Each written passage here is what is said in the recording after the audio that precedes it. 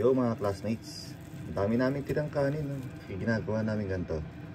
Isasahag natin. Tara, samahan nyo ako. Simpleng sinangag.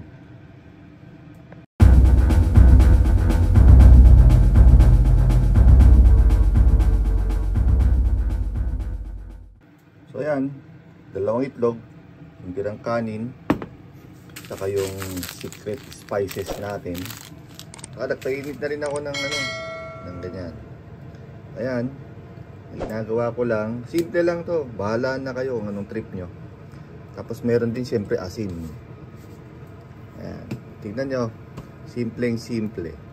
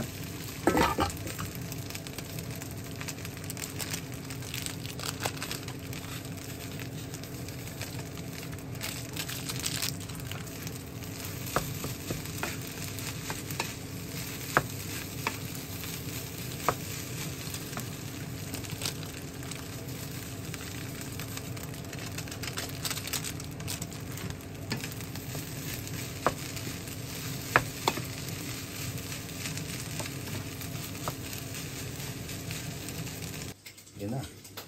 Tapos yung fried garlic. Lagyan na natin sa toppings. Yan. Damihan natin.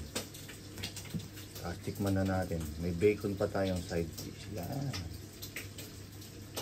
That's it.